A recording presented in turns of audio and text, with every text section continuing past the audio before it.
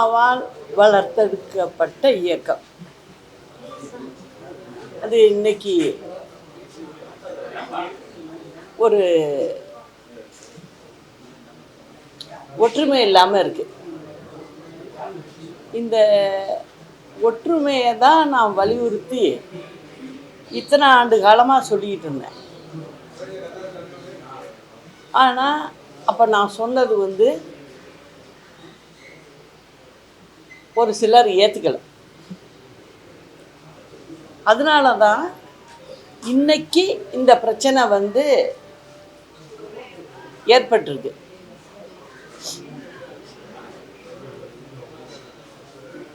இந்த மாதிரி பிரச்சனைகள் கட்சியில் பொறுப்புல உள்ளவங்க உடைய ஒற்றுமை, அந்த ஒற்றுமைப்படுத்தக்கூடிய அளவுக்கு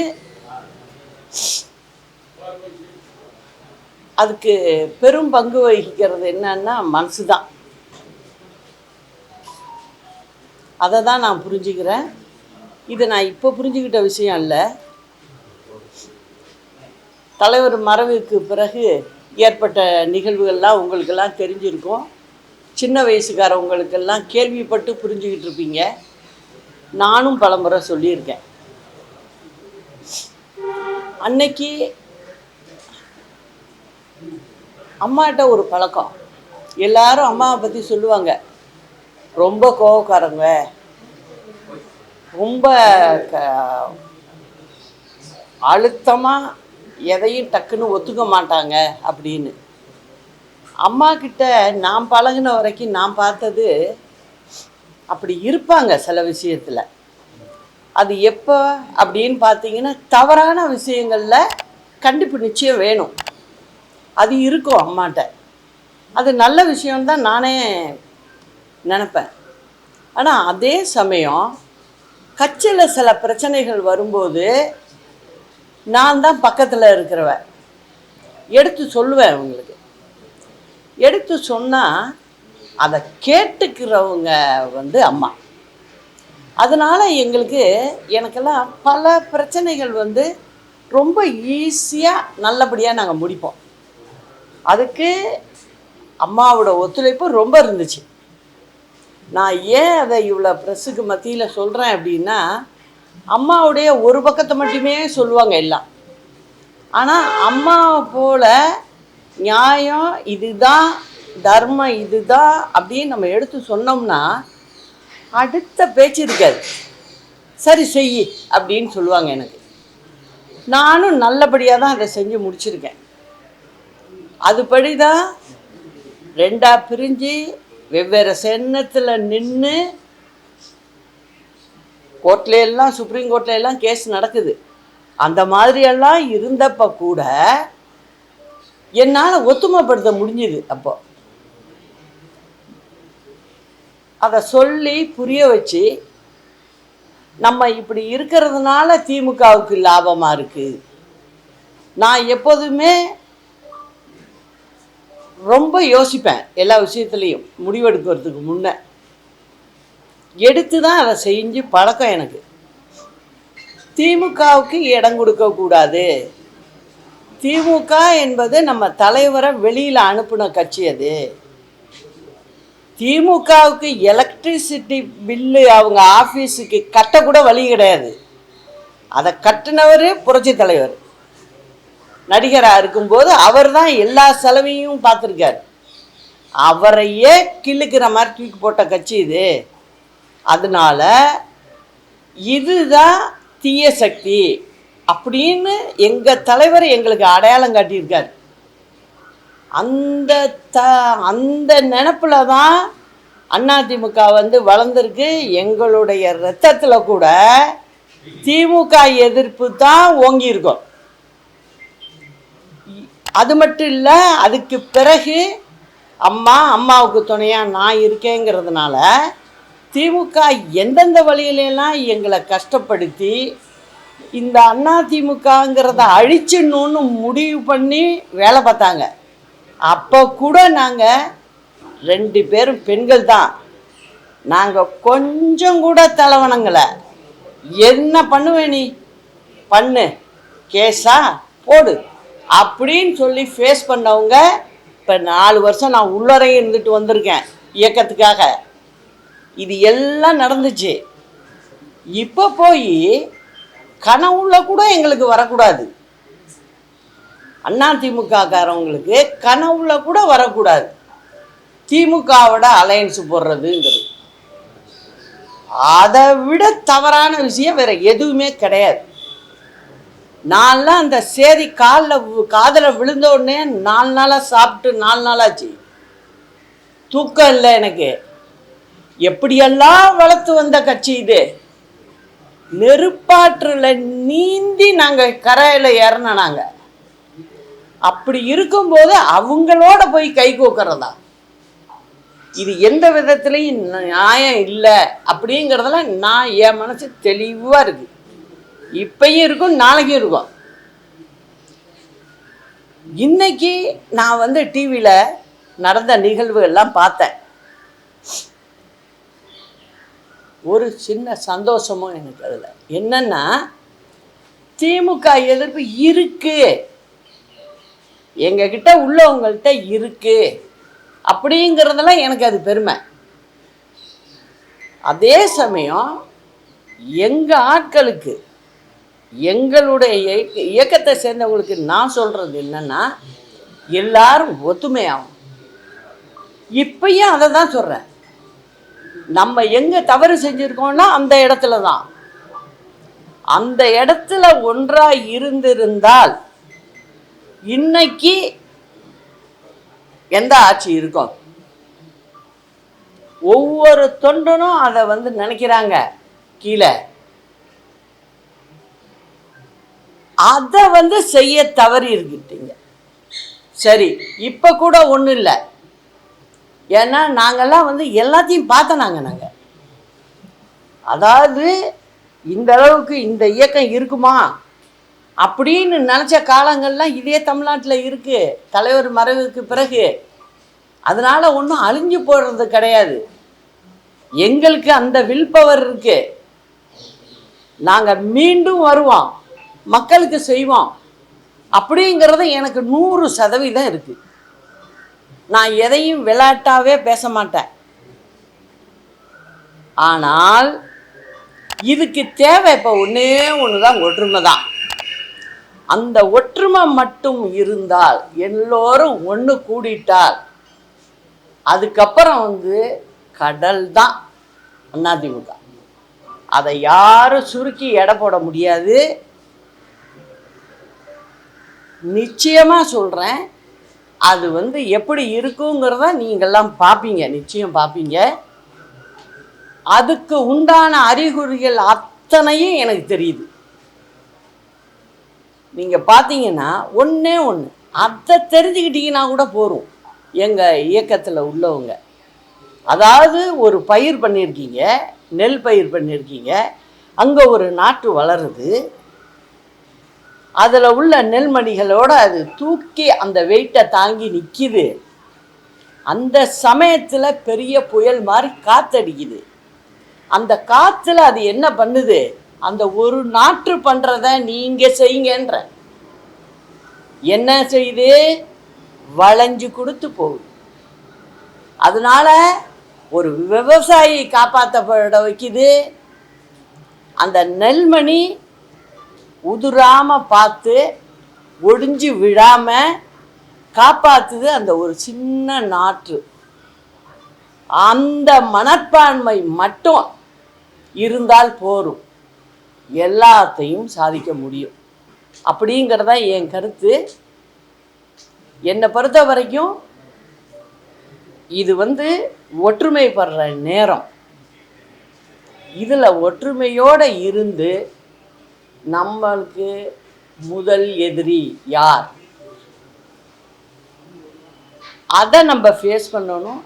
வருங்காலங்களில் தேர்தலில் அந்த வெற்றியை நம்ம வந்து நம்ம இருபெரும் தலைவர்களுக்கும் கொடுக்கணும் அப்படிங்கிறது தான் என்னோட ஆசை, என்னோட நினப்பு. அதுதான். அதனால் எப்போதுமே நான் வந்து தொடர்ந்து நான் பெங்களூர்லேருந்து வந்ததுலேருந்து சொல்லிக்கிட்டு இருந்தது தான், அதை கேட்காம சில முடிவுகள் தப்பாக ஆகிருக்கு. தப்பை திருத்திக்கிறதும் நம்ம கையில் தான் இருக்குது. அப்படிங்கிறத சொல்கிறதுக்காக தான் உங்களை எல்லாரையும் வர சொன்னேன். உங்களுக்கு எல்லாமே என் மனசில் இருந்ததை சொல்லிட்டேன். இதுதான் எங்கள் இயக்கத்தில் காலகாலமாக இருக்கிற தொண்டர்களுக்கு ஒரு பாதுகாப்பு, எல்லோருக்கும் நல்லது, பொதுமக்களுக்கும் நல்லது. அதை சிந்தித்து எல்லாரும் செய்யணும்னு தான் என்னோட ஆசை. அதுக்கு நான் என் மனசில் எந்த வித பிரிவினையும் கிடையாது அப்படிங்கிறதையும் நான் சொல்லிக்கிறேன். இது வந்து காலத்தின் கட்டாயம். அது நம்ம வந்து ஒன்றிணைந்து செயல்படணுங்கிறது தான். வேற எல்லாத்தையும் மறந்துடுங்க. இப்போ நாங்கள் அப்படி அம்மா மறந்து செஞ்சது தான் எங்களுக்கு நல்லதாக வந்தது. நாங்கள் ஏற்கனவே இதை நான் கண்கூட பார்த்தவன். ஆரவி வீரப்பனை போல ஒரு எதிர்ப்பு, அம்மா எதிர்ப்பு வேறு யாருமே இல்லை. உங்களுக்கெல்லாம் தெரியறதுக்கு வாய்ப்பு இல்லை, நான் சொல்கிறேன் பக்கத்தில் இருந்தவன். ஆரவி வீரப்பன் வந்து அம்மாவை வைக்கக்கூடாது, மெம்பராக கூட இருக்கக்கூடாது, கொள்கை பிறப்பு செயலாளராக அம்மா இருக்காங்க அப்படின்னு சொன்னவர். திருப்பி என்னாச்சு? காலம் மாறுது, தலைவர் மறைவு, எல்லாம் நடக்குது. அதுக்கு பிறகு அம்மா வந்து பிரிஞ்ச கட்சி ஒன்றிணைஞ்சு பொதுச் செயலாளர் ஆகுறாங்க. அப்போது எலெக்ஷன் வருது, எல்லாருக்கும் சீட்டு யார் யாருக்கு என்னன்னு கொடுக்குறாங்க. ஆரம் வீரப்பனுக்கு கொடுக்கல. ஏன்னா அம்மாவுக்கு அந்த கோபம். நான் என்ன பண்ணேன், சரி இருக்கட்டும் அப்படின்னு சொல்லி வேறு ஒன்றும் நான் சொல்லிக்கல. நீங்கள் 2 தொகுதியில் நின்றுங்கன்னு மட்டும்தான் சொன்னேன். அதுலேயும் ஒரு சூட்சமாக வச்சு தான் நான் சொன்னேன். ஒன்று 2லையும் ஜெயிப்பாங்கன்னு எனக்கு தெரியும். ஒன்று வந்து ரிசைன் பண்ணி ஆகணும். சரி, நம்ம பின்னாடி அம்மாவை சரி பண்ணி அதில் அவரை நிற்க வச்சுக்கலான்னு நினச்சேன் அன்றைக்கி. நான் அதை நான் வந்து செஞ்சேன். அவரை வந்து நாங்கள் அங்கே நிற்க வச்சு காங்கேயத்தில் வெற்றி பெற வச்சோம். சரி, அடுத்தது கவர்னரை பார்க்க அம்மா கிளம்புறாங்க. மினிஸ்டர்ஸ் லிஸ்ட்டு, கேபினட் லிஸ்ட்டை எடுத்துக்கிட்டு புறப்பட போகிறாங்க. யார் யாருக்கு என்னென்ன துறை எல்லாம் போட்டாச்சு. பூஜை ரூமில் வச்சு கொண்டு வந்து கொடுத்து கையெழுத்து போட்டு கவர்லையும் போட்டாச்சு. இன்னும் 10 நிமிஷத்தில் அம்மா புறப்படணும். எனக்கு தெரியும் வேறு பேர் இல்லைன்னு. உக்காந்தேன் பக்கத்தில். எல்லாம் ரைட்டு, நல்லதோ கெட்டதோ அவர் தலைவர்கிட்ட மேனேஜராக இருந்து அவருக்கு நம்பிக்கைக்கு உரிய கடைசி வரைக்கும் இருந்திருக்கார். உங்கள் மேலே ஏதோ அவருக்கு ஒரு வருத்தம், நம்மளை விட சின்ன வயசு, இந்த அம்மா வந்து கட்சியில் மேலே வருது அப்படின்னு நினச்சிருக்கலாம். அது அவருடைய அறியாமைன்னு தான் சொல்லணும். ஆனால் இப்போ போய் நீங்கள் வந்து பொதுச் செயலாளர், நீங்கள் உங்களுக்கு வந்து விருப்பு வெறுப்பு, ஜாதி வெறுப்பு, இது எதுவுமே இருக்கக்கூடாது. நீங்கள் ஒரு பொதுச் செயலாளருங்கிறப்ப உங்களுக்கு எல்லோரும் ஒன்று தான். அதனால் இதில் எனக்கு வந்து வருத்தம் இருக்குது. என்ன வருத்தம் சொல்லு? இல்லை, அவருக்கும் ஒரு மினிஸ்ட்ரி கொடுக்கணும், அது முறை அப்படின்னு ஸ்ட்ராங்காக சொல்லிட்டு உட்காந்து. ஆனால் அம்மாவுக்கு என்னை பற்றி புரியும். எதுவும் அம்மாவோடைய நல்லதுக்கு தான் சொல்லுவேன், இந்த கட்சியோட நலனுக்கு சொல்லுவேன் அப்படிங்கிறது நல்லா தெரியும். உடனே என்ன பண்ணாங்க, ஆஃபீஸுக்கு இன்டர்காம் பண்ணி, பா இந்த லிஸ்ட்டை கொடுத்து அனுப்புகிறேன், எஜுகேஷனை இவருக்கு போடுங்க அப்படின்னு சொல்லி போட்டு கொடுத்துட்டு, நான் கூப்பிட்டு அவர்கிட்ட பேச மாட்டேன், சொல்ல மாட்டேன். நீ கூப்பிட்டு வேணா பேசு, அந்த கோவம் தனியலை. அவங்க கவர்னர் மாளிகை போயிட்டாங்க. அதுக்கப்புறம் வீட்டிலேருந்து ஃபோன் பண்ணி சொல்லி அண்ணனை வீட்டுக்கு வர சொல்லுன்னு சொல்லி அவர்கிட்ட உட்காந்தா 1/2 மணி நேரம் பேசினேன். அண்ணன் இந்த மாதிரி ஒரு வருத்தம் அம்மாவுக்கு இருக்குது மனசில், அதனால் இப்போ உங்களுக்கு வந்து எஜுகேஷன் மினிஸ்டர் போட்டு எடுத்துகிட்டு போயிருக்காங்க, அதனால் நீங்கள் பழசெல்லாம் மறந்துட்டு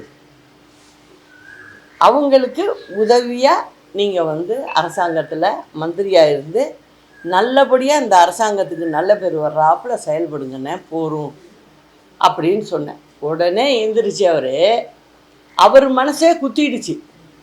ஏன்னா என்னுடைய கணவர் வந்து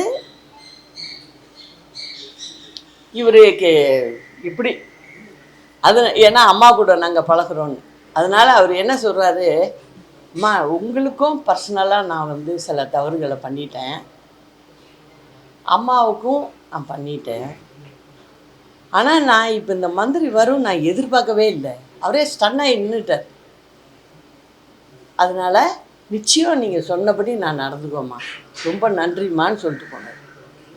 ஸோ அந்த மாதிரியெல்லாம் இந்த இயக்கத்தில் நான் செஞ்சவ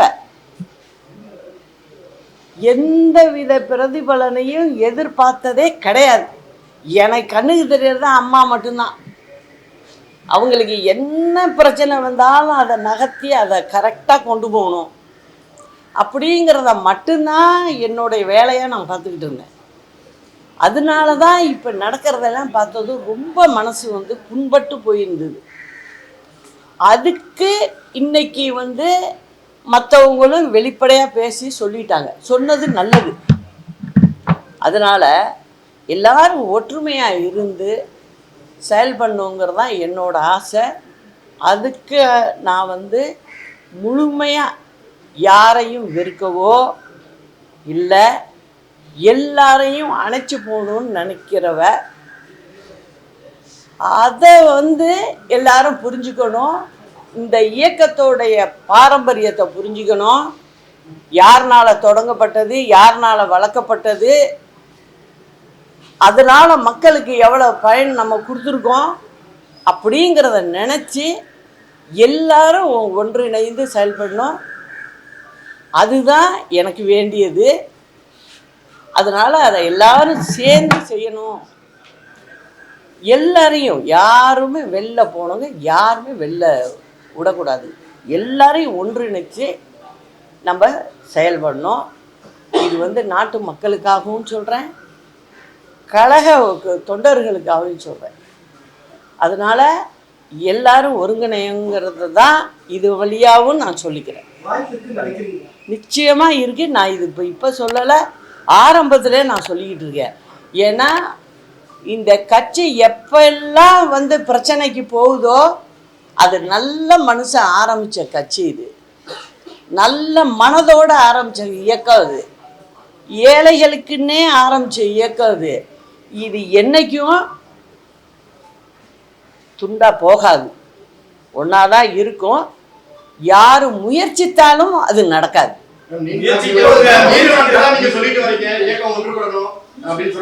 ஆமா, நான் தான் சொல்றேனே, அதுக்கும் நான் முயற்சி பண்ண நிறைய பண்ணேன். அது பண்ணாம இன்னைக்கு ஒரு நாள் கூட நான் இருந்ததில்லை. ஒருத்தவங்களுடைய பிடிவாதம், நான் திரும்ப திரும்ப சொல்றேன், அது இல்லாத ஒரு சூழ்நிலை இன்னைக்கு உருவாகிருக்கு.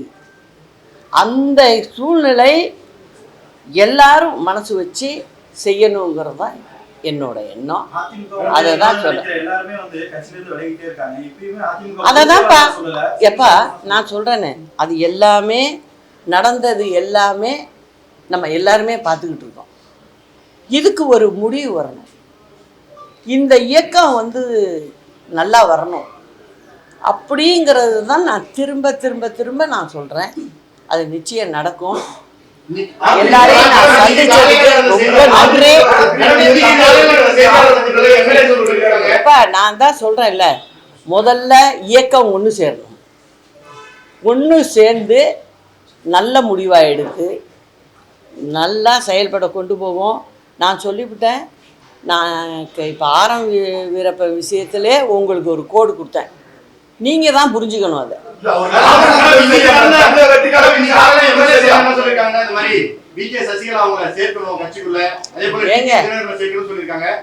என்ன சொல்றேன், எங்கள்கிட்ட வெளில போனவங்க யாரா இருந்தாலும் நான் சேர்க்க முயற்சிப்பேன்னு தான் நான் திரும்ப திரும்ப சொல்றேன். வெளியில போனவங்களையும் சொல்றேன். நான் எல்லாரையும் வேற கட்சிக்கு கூட போயிருக்கலாம், அதை பத்தி இல்லை, எப்படி வேணாலும் பண்ண முடியும். வேற கட்சிக்கு கூட போயிருக்கலாம், யாரா இருந்தாலும் சொல்றேன். நிச்சயமா நல்லது நடக்கணும். எல்லாருமாவே சேர்ந்து உங்களை எல்லாரையும் ஒன்றாக கூப்பிட்டு நிச்சயம் பேசுகிறனா மிக விரைவில் வரும், நல்லது நடக்கும்.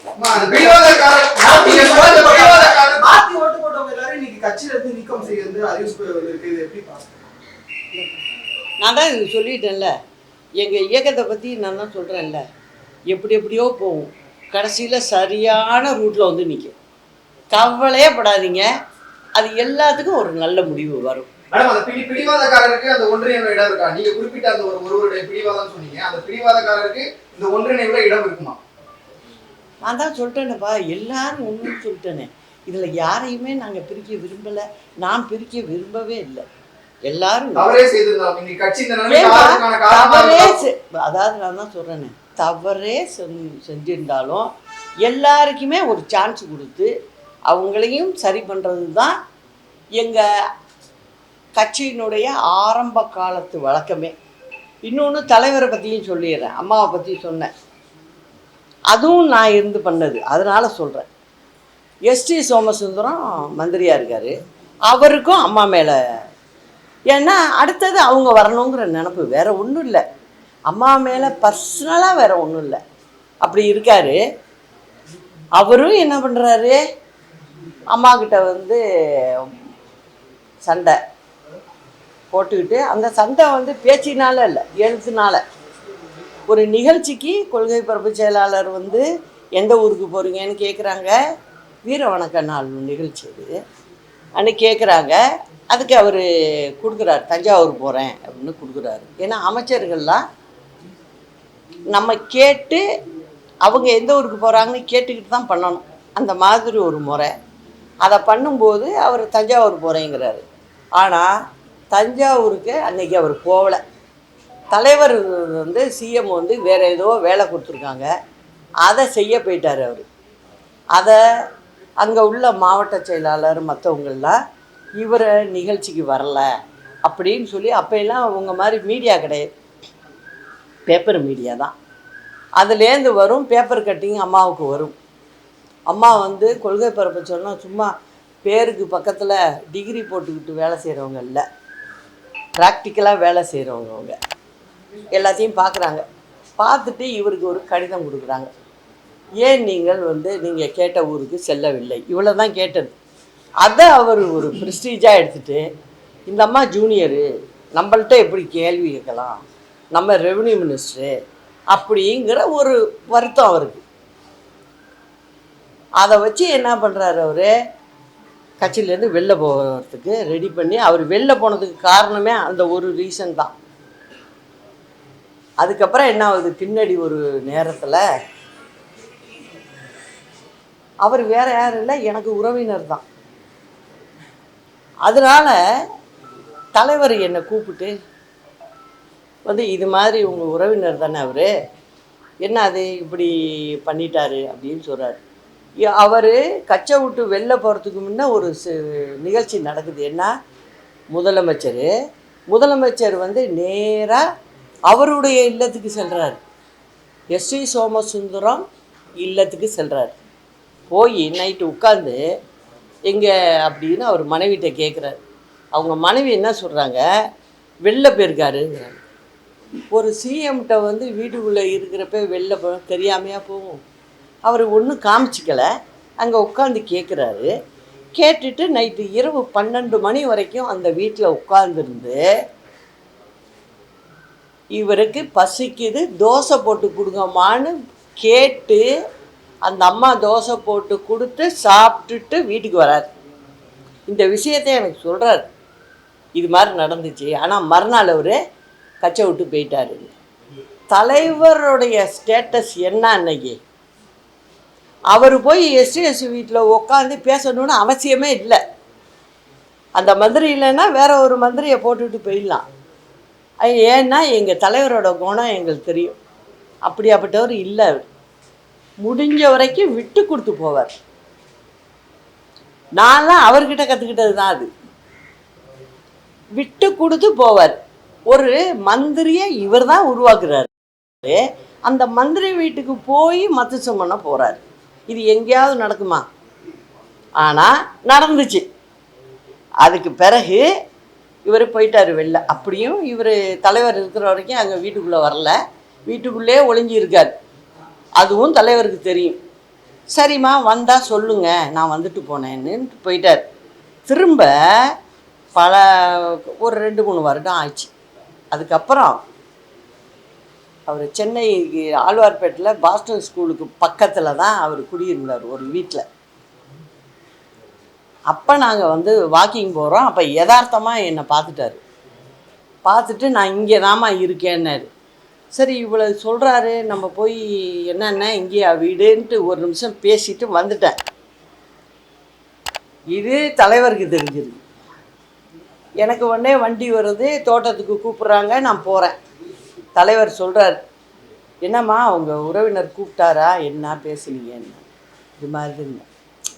அவர் கட்சி ஆரம்பித்தப்ப நிறைய உழைச்சிருக்காரு. என்கிட்ட சொல்கிறார், உழைச்சிருக்கிறாரு, ஆரம்ப கட்டத்தில் எல்லாம் ரொம்ப உறுதுணையாக இருந்திருக்காரு, அதனால் அவர் வெளில போனது மனசுக்கு கொஞ்சம் கஷ்டமாக இருக்குன்னாரு. அதுக்கப்புறம் நீங்கள் பேசி பாருங்கன்னாரு. நான் பேசி தான் அவரை திரும்ப அதிமுகவுக்குள்ளே கொண்டு வந்தேன். இதுதான் நடந்தது. அதனால் இப்படிப்பட்ட அந்த இயக்கம்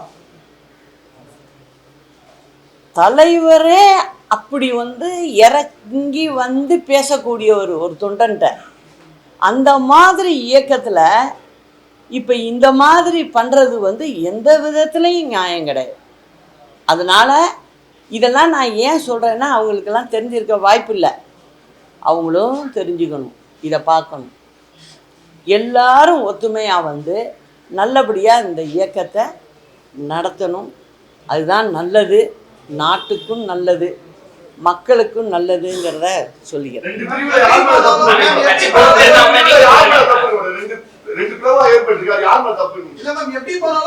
எப்படி போனாலும் இதை சரி பண்ண வேண்டிய நேரம் இது. நிச்சயம் சரியாகும். நன்றி.